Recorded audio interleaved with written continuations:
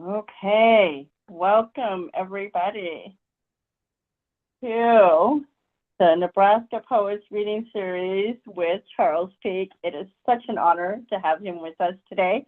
He was one of my mentors during my bachelor program, and it just feels so cool to be honoring him tonight. So thank you to all of you who are here with us this evening.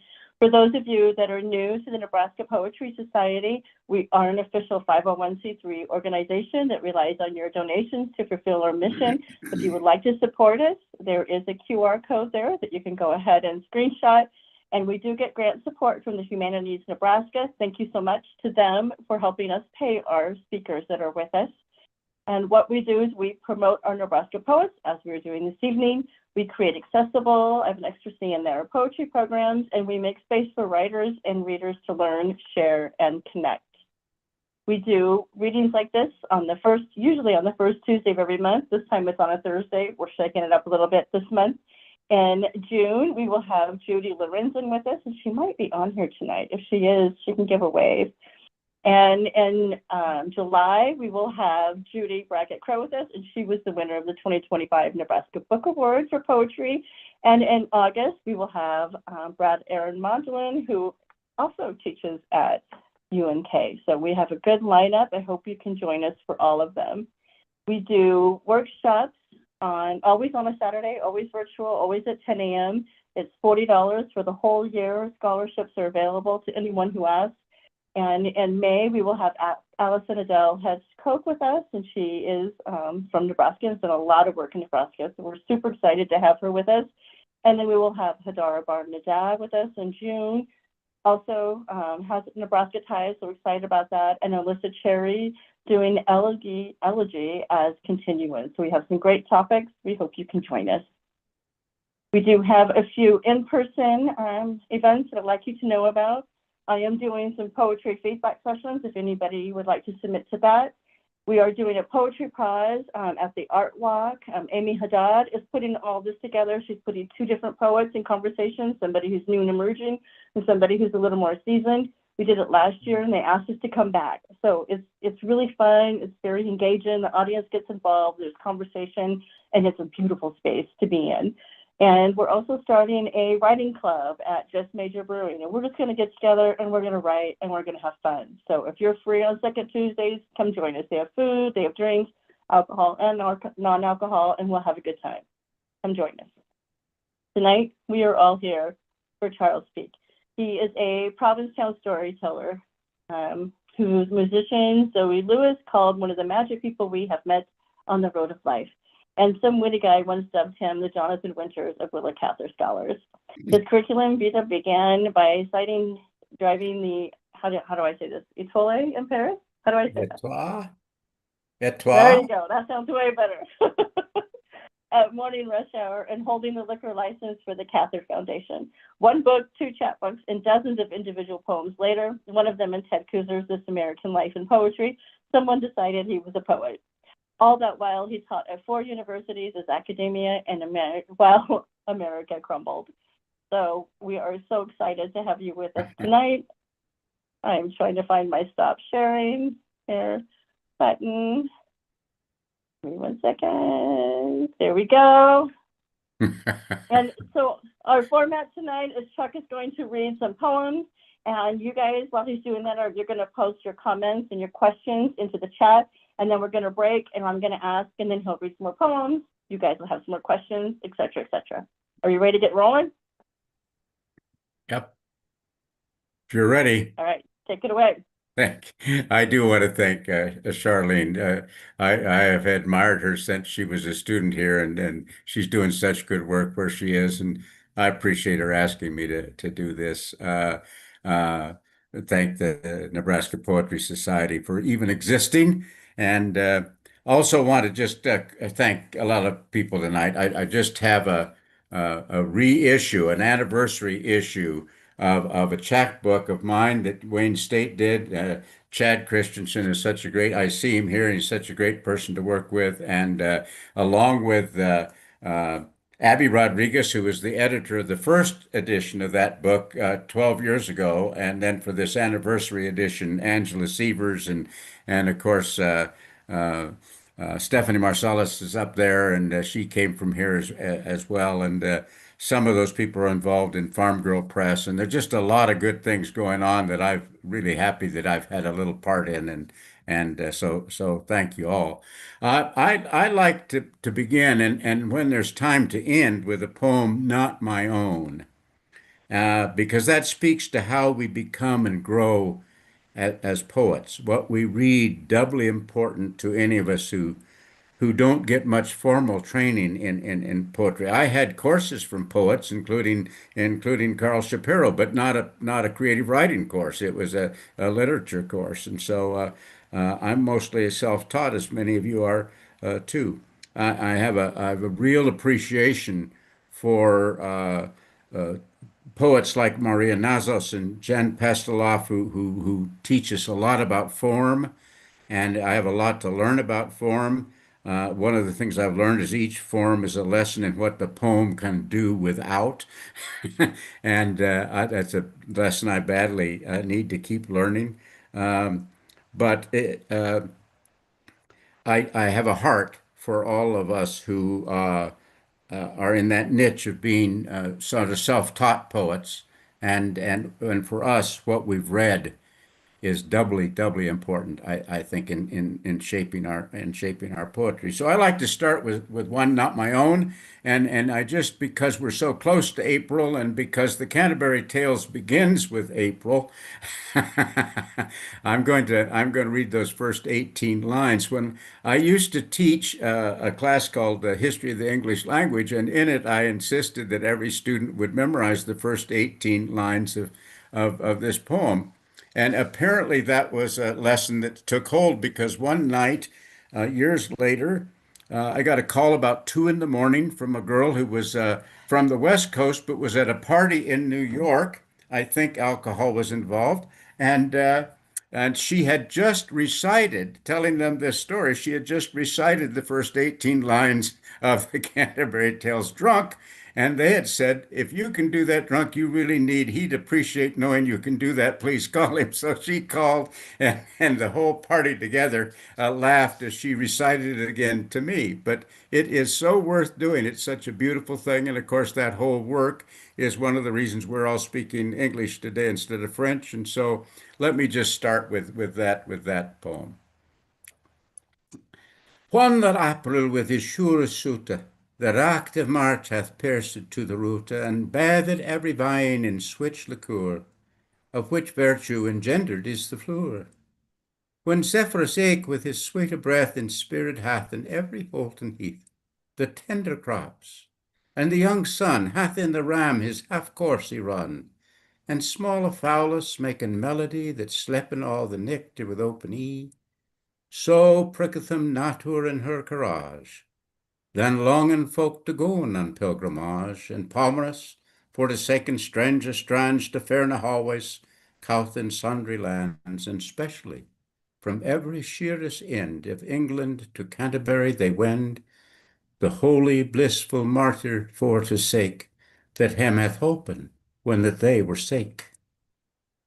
That's just I just love that. I love that work, and wanted to start with it. And I thought, but if we have time at the end, I'm going to close with a poem, not my own too. Uh, Given that my favorite of the Canterbury Tales is that raucous comedy, The Miller's Tale, and I tend to like a raucous comedy a lot, like Sterne's Tristram Shandy and Heller's Catch-22 and Wolfe's Bonfire of the Vanities. Um, so I have both that kind of poem and then, of course, very serious, dramatic, if you were in theater, tragic or tragicomic poems. So I'm going to read a short set of poems, beginning with a humorous poem. At least I hope you find it humorous. And then two other poems of a more serious nature. And then if we want to stop for questions and answers or comments, that's great. If we don't have anything in the chat box by then, well, I'll just plow through another set. The first of these poems is called "The Latrine in the Men's Room at the Alley Rose." And in case you have never been in the latrine at the men's room at Alley Rose, all visitors are welcome. You should know that at some time, Alley Rose is a restaurant here in town. Some of you've eaten there, I'm sure. And they remodeled at one point the latrine to make the place look more rustic. And that involved having a stall, as most latrines have, and then a large latrine-like toilet, and you stand with your back to the stall and your face to this latrine, and that's, I think, the only geography you really need for the poem. The latrine in the men's room at the Alley Rose. If you sidle left, then sharp right, you will skirt the stall and find yourself possibly trapped against the wall if anyone should sidle and skirt after you. Now two or more of you side by side, skirting your glances either way, a fellow can't be too careful. So you fix a stare on the coils that front the curved copper-like panel from which the steady streamlets of water fall into the one curved trough below, the width of the waterfall, no flushing necessary, not standing too close if you've been there before. Back a bit to avoid the spray that would douse you pretty good if the occupant in the stall should flush while you are flushed up close against the latrine, the coils, the panel, the whole thing looking like something out of science fiction to the small boy that came in holding his dad's hand, but damned if he is going to come near that contraption, even if his dad tells him everything will come out just fine, as the boy skirts the whole deal and sidles towards the door, leaving dad where he can't leave just yet.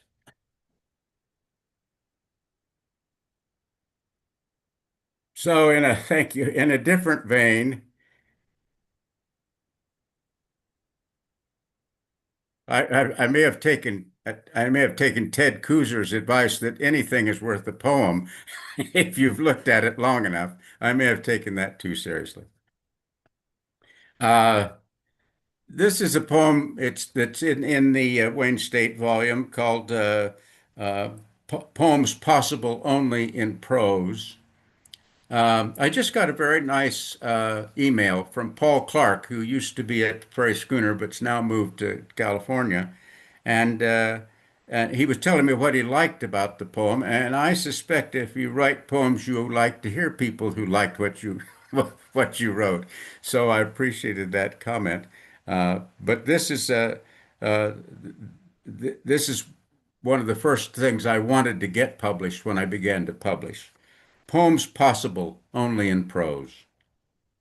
Buffalo and Antelope County, Kiapaha, Cheyenne and Sioux, Red Cloud and Nemaha, Tecumseh and Broken Bow, Odo, Lodgepole and Napanee, Omaha, Ponca and Pawnee, Ogallala and Arapahoe, Winnebago, Niobrara, not to forget the mighty McCook Bison, 1,000 names on Friday night.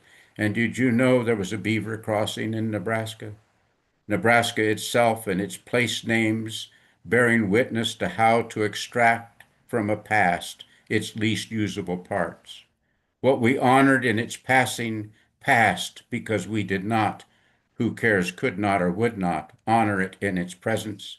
The names linking us to our fears of difference, to the forward momentum short-sightedness gains when the horse wears blinders, naming without claiming, and none left to say us nay. On the archway monument winged horses where their life was hell, but no winged women, it is well to note. And not just us, of course, nestled midway in this continent of Buffalo, New Yorks and Buffalo, Wyomings, always Buffalo, and Indianapolis's, Atlanta Braves, Elkhorn, Nevadas, but us too, or else we might engage in a national renaming campaign and soon find an abandoned child Minnesota, or a raped woman Texas, an endangered species Idaho, or a fewer schools Nebraska. Welcome to Dying Town, Kansas. Drive slowly, please. Our children's funeral is in session. Idle thoughts, you may be thinking, but just be warned. The Buffalo gals ain't coming out tonight on a bet, not if they know what's good for 'em.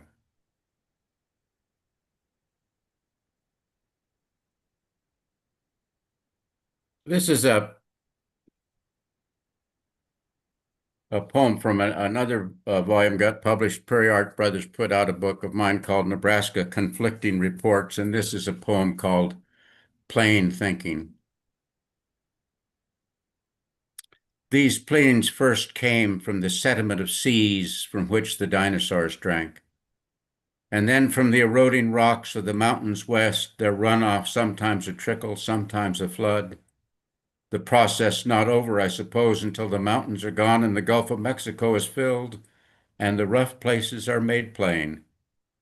That's how the prairies roll. No wonder we prize most what will not willingly hold itself close to the ground. Growing ears of the corn, golden heads of wheat, the milo in the russet cones of fall, the red crest of the cranes and wings of the blackbird, the grain augers hunched like praying mantises over the elevator silos, rising like prayers at the edge of town. Thank you. Thank you. Uh, you want to press on, or do we want to stop for a break here, Charlene, or what's your pleasure? We we we have a couple comments. One from Andy, who after the first poem said, "Hooray!" That was his Oh, good. comment. And then Dee has a comment for you. And forgive me, Dee, there might be a typo in here. So if I read this wrong, feel free to unmute and correct me.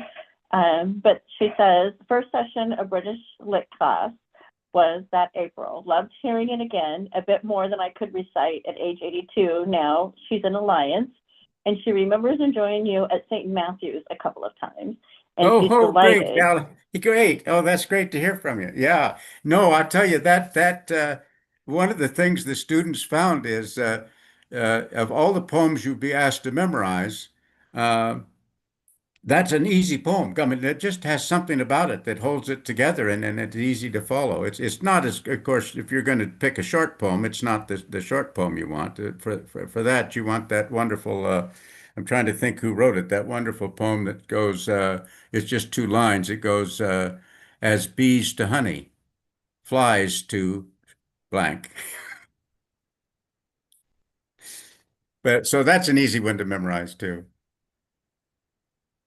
Well, I'll press on then here. Uh, the names you'll need to know for this poem. Dusty Jura was a basketball player here, probably our one of our most lasting fame basketball players at UNK. Metro, when we belonged to a different division, was our nemesis. They're a big school out of Denver.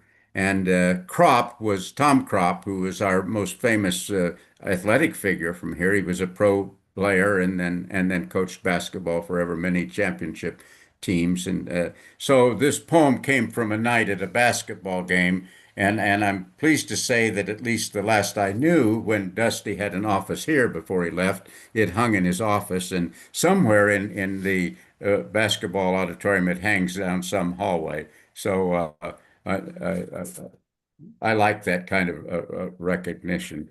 Uh, so this poem is called A Higher Court. Cold at the basket the whole first half, and looking like our dreaded nemesis Metro might have come to town to steal a march on us again, our throats raw and hopes fading.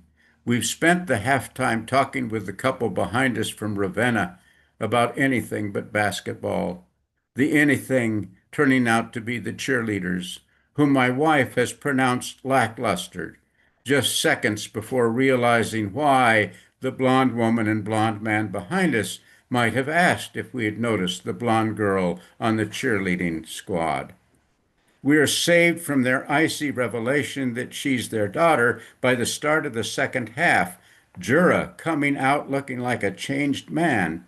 Whatever Crop has said to him and to the team at halftime, possibly the records within Jura's reach, must have hit home because now his shots are sure. It's one up and then one down, both the shots and the score. The daughter forgotten by all of us. All on our feet, our cheers echoing around the arena, and the seconds start clicking down. Down one, and the ball to Jura. The pause in the fast break, just enough to give him and us the chance to see him looking at his hands on the upraised ball as he must have once, say, some springtime in seventh grade, looked at them before gazing up at the girl in the front row, back at his hands, back at the girl, her mark on him now indelible, and the revelation slowly dawned on him that he had been given his hands by God for a reason, maybe even remembering this as the ball leaves his hands towards the mark, goes up and in, hitting nothing but net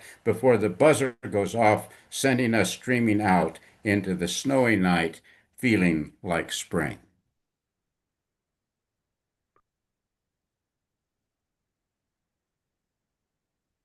I don't know about you. Uh, my enjoyment of sports is enhanced greatly when I'm there in person. I've not been able to become a big fan of sports on television, particularly now that they've decided that commercials should take longer than the game. But an in-person game has its own charms. So late in my life, I tried to learn Spanish. Too late. And I faltered on a lengthy story we were given to read and translate about how the earliest corn, called maize, came into being, which is why maize is a familiar term to me, but possibly not to you. That is also a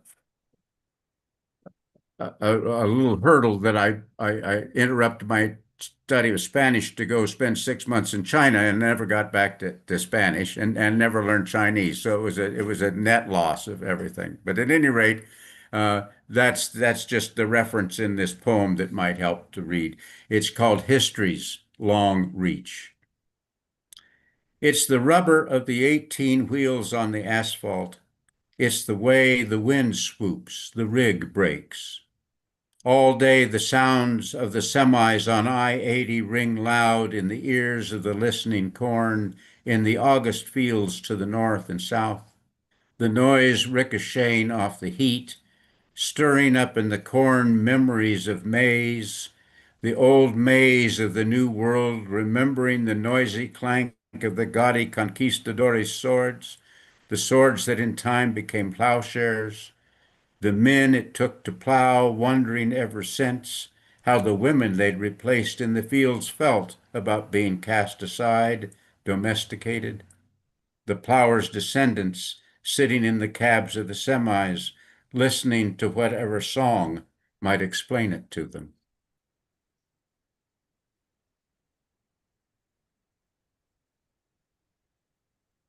Uh, William Faulkner once said only three sources for literature. One is your own experience, and one is your own observation, and one is your own imagination. And my guess is a lot of poems actually come from all those three sources at once. That it may be something in our own experience that sparks us, and it may be sharing experiences with others or observing others as they experience things, or it may be imagination in different proportions. So this is a poem I was going to read just because I think it's about one part imagination, one part my own experience, my own history, and one part observation of others. Uh, it's called The End of the World as We Know It. Just past the granary, the world came to an end at the abandoned schoolhouse, as far as I would go until I turned 9, and the outer world waxed larger at the expense for some time to come as the inner world waned. The excitement of the real, dimming the creatures and places of my imagination, not much differently than when my folks' whole world had been that one-room school, until Grandma and Grandpa took the boy down the road that Mom would one day marry and treated them both to their first state fair, and even after that had no trouble keeping them down on the farm, a state fair not being exactly Paris. And for all its motion, a Ferris wheel not really getting you anywhere except up and down and in circles, which you learn is much of life anyhow. And in any event, the end of the journey seems to keep moving too, as so often your horizons seem to offer no fixed point to follow. And who knew that would be the meaning of turning 9?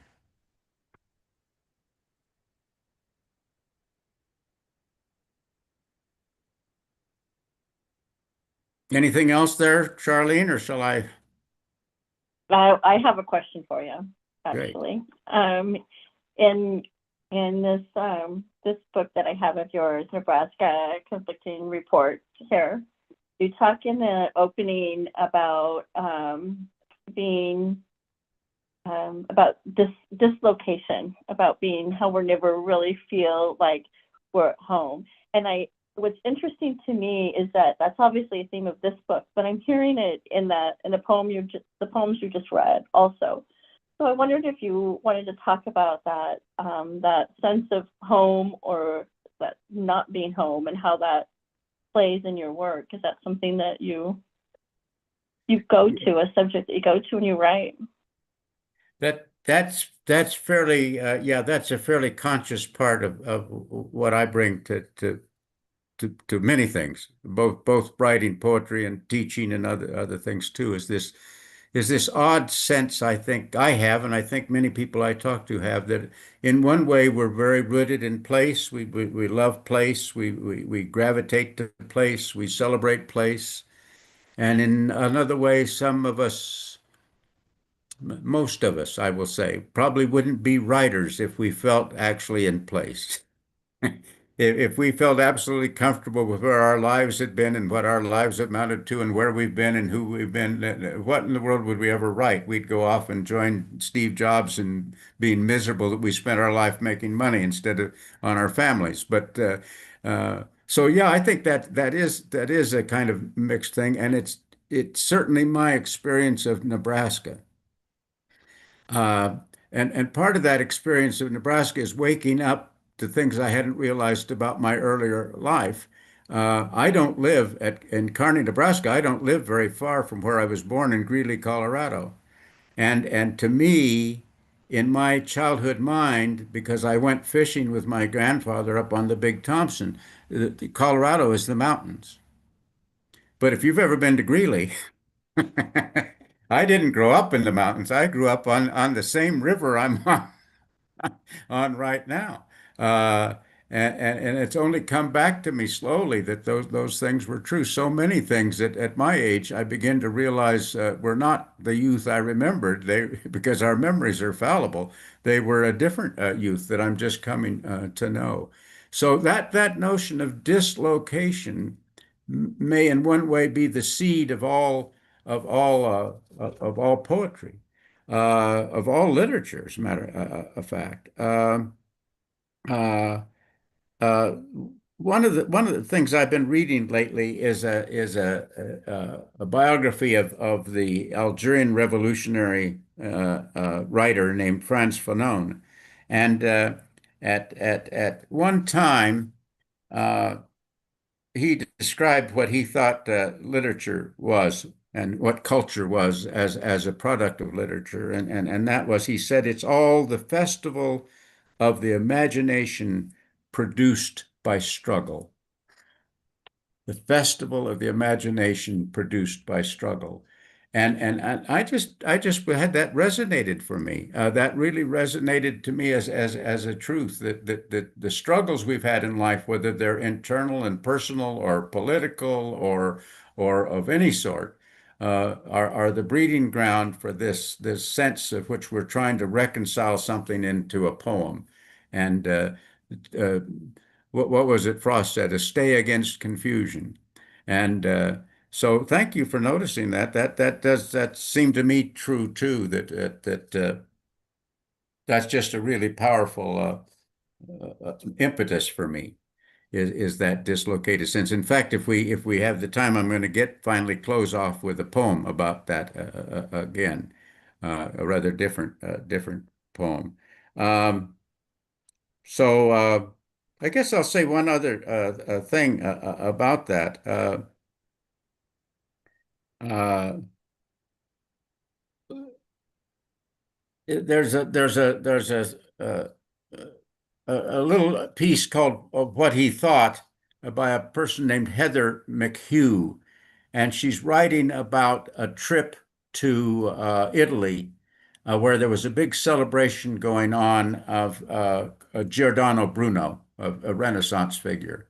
And she was with a group of writers that met there and greeted them Italian, and they were all really engaging. But this one person was rather standoffish and didn't seem very poetic, although he was obviously the president of this little company that was greeting them. And so what she wrote about in this little reflection on that time, she said, in Italy, a statue of Giordano Bruno, where the least likely of hosts of several American poets, tells us Bruno's story. Brought there to die, his persecutors so fearful that he would sway the crowd, they place him in an iron mask before they burn him to death, and the host, the least likely poet speaking to them, closes his Bruno story with this comment: poetry is what he thought but did not say. Well, I think that if you've had a lot of poems that were easy to write, I'm in your I'm in I honor you. I've had a couple of poems that tripped right off, you know, that what was what somebody said that Angel was there when you were writing. But most of my poems have only come by uh, not knowing what I was going to say, or not knowing how to get to what I wanted to say, or not knowing how to say it. And that there's that struggle again. So thank you. Yeah, that's great. Uh, so I'll go back just to alleviate this this terribly serious moment we've come to. This is another poem, and the only thing I need to say about it, this is an actual, it came out of an actual experience.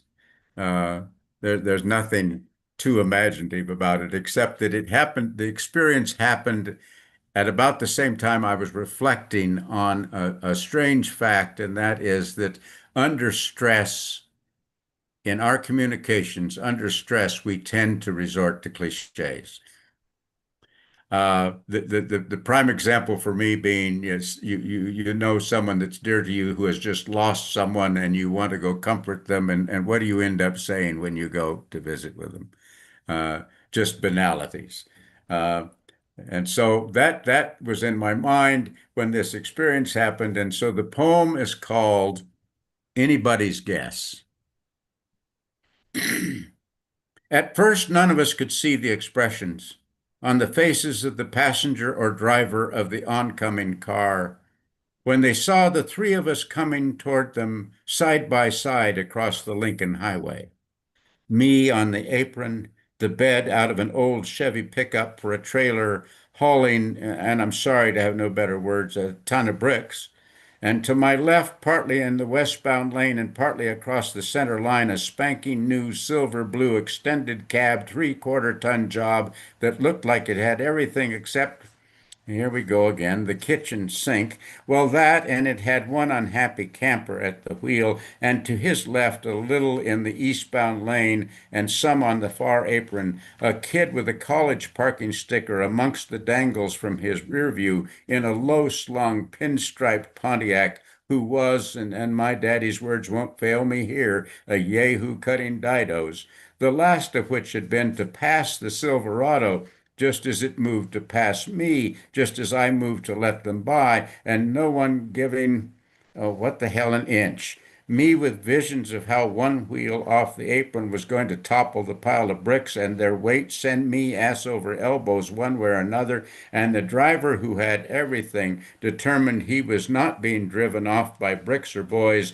but seemingly damned afraid that his resolve might be his and his pickup's undoing, and the boy, for all we knew, doing what he did every day, and the oncoming car not slowing down, not speeding up, not turning, seemingly now driven by paralysis, until zip, zip, zip, just in time, the Silverado cut right in front of me, and the kid just in front of him, and me back into the lane.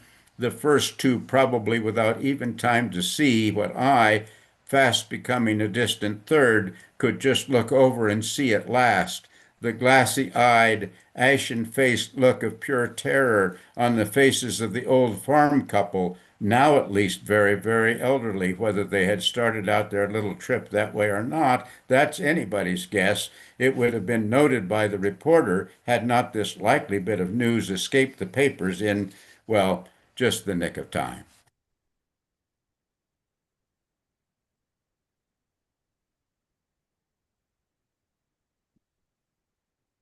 Uh, I had a I, some of us are at that age where this is now too frequent, but I had a very good friend named Cloyd Clark who died not too long ago.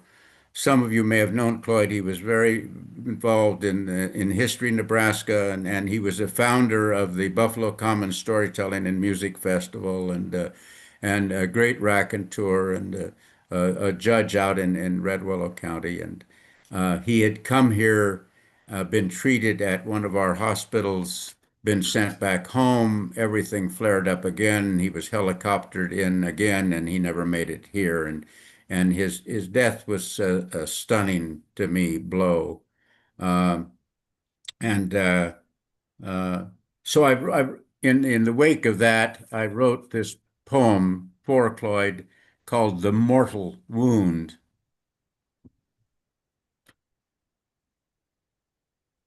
We thought that death had left the room, but when we sat down in some relief for the respite of a happy hour, we soon spotted the tips of glossy dark shoes sticking out from under the drapes, still pulled over the bay window to keep out the glare of the setting sun. And then apprehension gave way to uncertainties as to whether we should wait for him to show his face, or fling back his cover and expose him, or just follow the magician's usual directives to pay no attention to what's behind the curtain. So, avoiding looking directly at each other, except for possibly a sideways glance, we had another drink and listened to our own hushed voices and wondered to ourselves about how deep might be the space between the drape and the window. The end.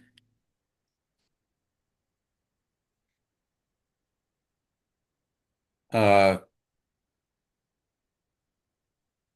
I don't know why that reminds me. I heard a little bit ago, oh, maybe a year or so ago, that on Lauren and Mabel Isley's gravestone, it's imprinted, "We loved the earth but could not stay."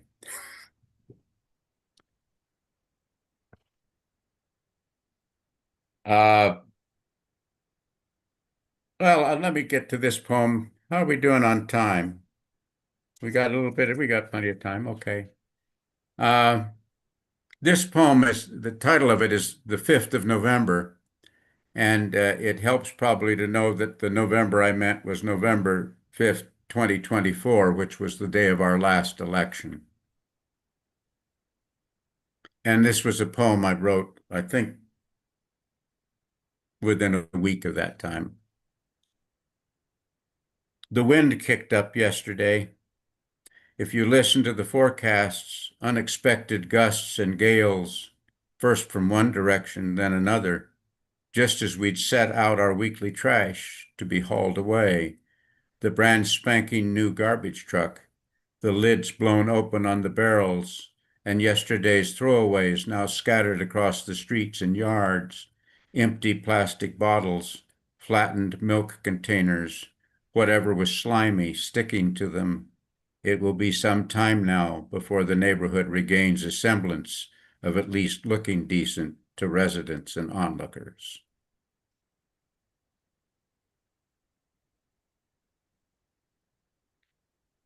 Uh, We have a we have a comment here from Judy, but good, um, good. I want to remind you to be sure and plug your books, and so that people know where to get a copy of the ones that you've recently published. And is hey Chad, is the one from Wayne State, is that available on the website? I'll find the link and post that. Right now the best spot unfortunately is the Amazon Beast, but if somebody wants to, Okay, they could always send me, to the press and we'll mail them a copy. But okay. All right. Very I, good. Thank you, Chad. Chad was very generous with copies to me, and I think I have 10 left. So if somebody if somebody really wants one, I'm going to be going back to Chad for this. So if somebody wants one, we can sure get that to them. And I have all the remaining copies of this book called "Until There Are No Words Left: Nebraska Poets Writing Amidst the Storm." Uh, which I'm really fond of this book. I'll just tell a quick story about this book. I decided early on as editor that the best way I could avoid all kinds of trouble was simply to arrange the poems by alphabetical listing of the author's name. And we had this all set up and ready to go formatted when the first author withdrew uh, her poems. And the reason she withdrew them was she was moving out to northwest Nebraska. And while she felt comfortable when she was living in Omaha to have her poems appear in a volume of protest poems, she was certain that it was going to sink her enterprise when she moved out to the West. And she just felt in self-protection she had to remove her poems, which meant we had to reformat the whole book. But what a sad story. But I have all those copies. If you did not get a copy, I know Steve Shively has a copy. And I know Becky Faber has a copy because Becky was in the book and so anyway, I could get you copies if you just get in touch with me and Charlene can tell you how to do that, or we can do it through Charlene, whatever's best. So my guess is Fantastic. most poets have favorite poems of theirs. That doesn't necessarily mean they're your readers or your listeners' favorite poems, but they're yours. They have a place in your heart. And I have a poem for my daughter that just I can barely read it. It moves me so. And I have a poem like that for my son. Uh, and then I have this poem for my wife, and I love to read it. It's one of my very favorite poems of all time. My wife Nancy, when she was in college, belonged to a modern dance troupe called Orchesis, and then after college, that dance flair kind of came to an end until much later in life. Two things happened. One is that uh, uh, the Forts moved to Charles and Wendy Fort moved to town, and Wendy was a tremendous dancer. She was as much an artist in dance as he was in poetry, and she specialized in having people do the breath dance. And Nancy danced the breath dance for with Wendy and for Wendy for a while, and then our friend. Denise Christensen, who is the manager at the director at the Merriman Performing Arts Center, uh, also taught dance, and she decided she was going to teach a tap class. And Nancy thought, I've never tapped. So she began to take this tap class, and it was a hoot.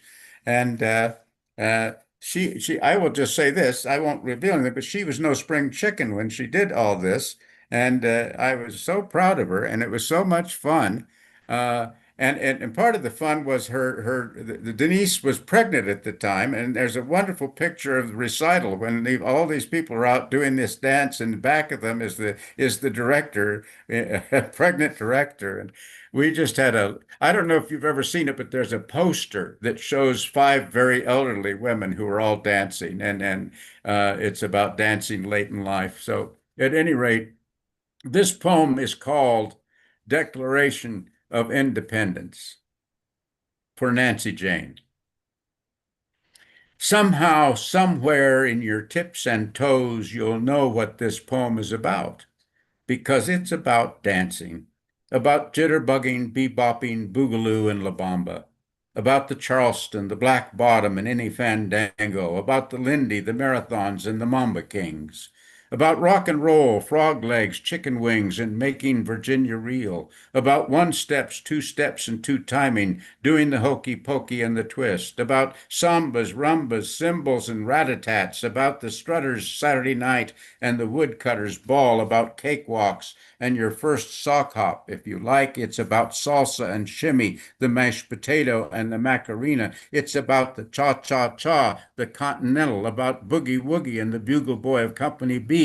And so, of course, this poem is about dead-end jobs, 9 to 5, and sitting at a desk, about bottom lines and invoices and overnighting mail, waiting tables and waiting lines, being vice president of almost anything, hammering and getting hammered, hot rivets, nuts and bolts and getting screwed, picking, baling, stacking, stowing, wearing polyester, sitting in a cubicle, laying carpet, laying pavement, laying pipe, climbing down sewers, up flagpoles and behind cages, hawking stuff on street corners and door to door, running other people's errands and wiping other people's butts. And that means this poem is about feet, about footloose, fancy free, and a foot in the door, about boots that are made for walking. It's about stomping at the Savoy, stepping it up, stepping out with your baby, getting down, getting up, putting your foot down, getting yourself to the getting places. It's about kicking back, kicking up a storm, kicking it between the goalposts, kicking the habit and dance of all my days,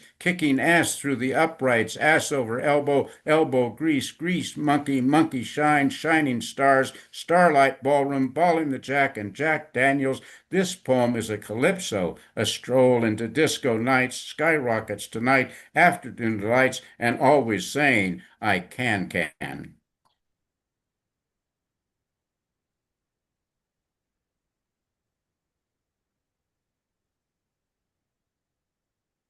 Among the very few poems of mine that have ever just almost rolled off my pen, that was one of them. Uh, and it if it works, it works because me gave me a lot of room to be wordy, and that was my penchant. So we're going to come back to that in just a minute here. I wanted this particularly for tonight. The Welch mentioned in this poem is Don Welch, who taught poetry for years. He was our first Reynolds Chair of Poetry. Some of you may have had classes from Don Welch. He was a tremendous teacher, a great teacher, a great poet, one of the stars of Nebraska poetry. And so this poem is called Alive, Even If Only Once. Welch used to say, every child had at least one poem to give the world, and the poetry of our lives covers so much ground. Its spirit, like God's, breezing over the earth, lifting our sights above the ground where feet get firmly planted. Such gravity.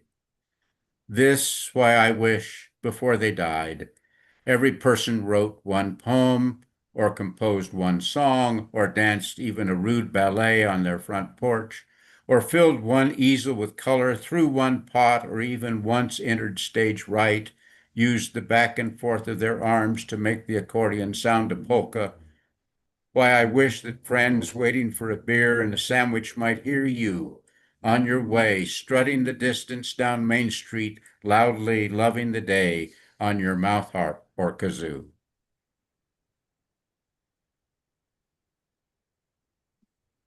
Uh, so I sent some poems off to Blue Light, and bless their hearts, they're the only venue that ever bothered to write me back. Normally, you get this little thing, we're terribly sorry, but the competition was great, and we're not interested in your work.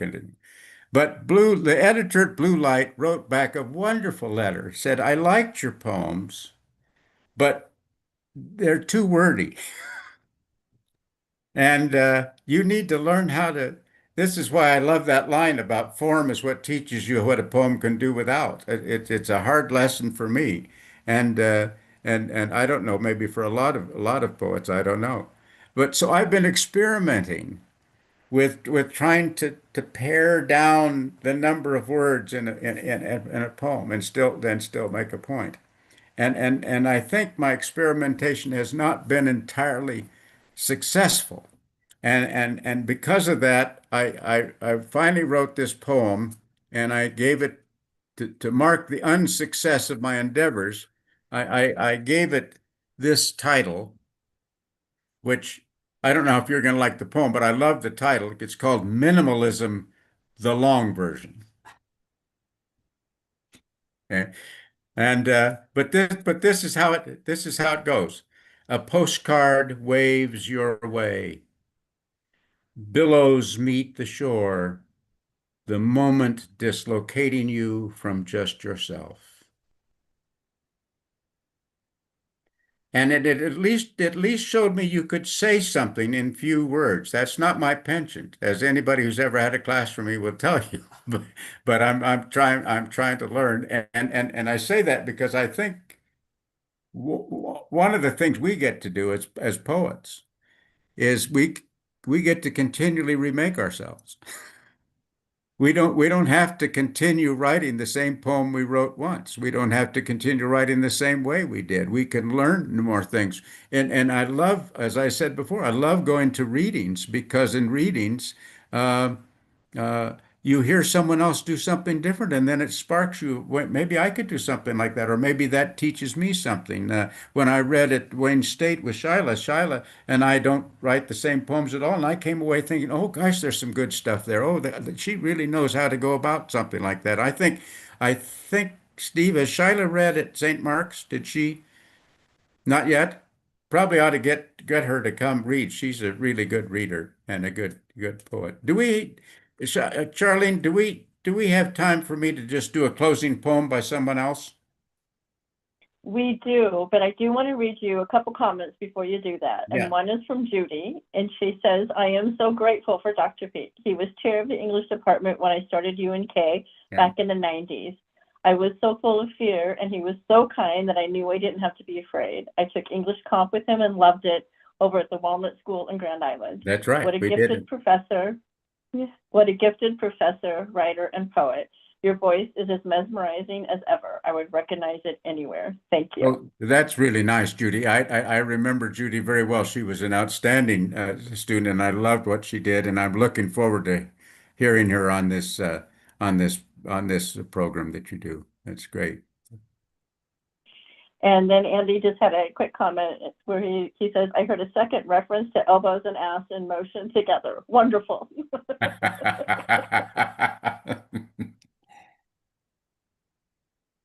All right, you can Well, take it from there. this is funny to me. Musicians, I'll just say Dvorak, for instance, become famous for picking up folk tunes and turning them into symphonic music. But very often I've thought from the reaction at poetry readings, particularly that if a poet picks up a common phrase from everyday life, some people think they're not being inventive enough, that they're just picking up stuff out of that this is sort of found poetry. And I think the stuff that's around us in the language that we speak uh, is a viable stuff for poetry. That sparked another idea that now just went out of my uh, oh, I know what it, I know. There are linguists who argue that language did not originate in order to do work. It originated in people trying to make sense of a world around them by taking something they were familiar with and comparing it to something they were unfamiliar with, and that is a similar metaphor was the first use of language. And I can tell you that is partly true, at least. I had a student one time, and we were in this exercise that I was telling this class, I want you all to write a metaphor. And this kid, I liked him. He was just struggling with this thing. And I said, "Yeah, how you coming along, Todd?" And he said, "Well, not very well." He said, we don't go mu in much for flowery language where I come from." And I said, "Todd, say that again." He said, "We don't go in much for flowery language where I came from." I said, "Thank you, Todd. You've just fulfilled the assignment." right? Flowery language is a metaphoric, a figurative phrase. It's not anything create. Ass over elbows is not, you know, drop kick me Jesus through the goalposts of life is not exactly the kind of language you get on the back of a medicine bottle. Well, this is the poem I thought I could end with tonight. Another poem I love. We had such a change in the life of poetry in our country with the Beat generation. Uh, and they kind of resurrected poor Walt Whitman and brought brought all that back to bear. And the Bardic poem came out, and I got to hear them read in person on occasion. Um, uh, One of them came down to uh, I was just, on exchange teaching at San Marcos at Texas State, and gave a 3 hour reading. I said so much, a 3 hour reading. I said so much for the thought that all the beats were just bums. How many people give you a 3 hour reading? But uh, this is Lawrence Ferlinghetti's number two out of the Rockaway, Far Rockaway of the Heart. And it's just a poem I love, and I thought you might too.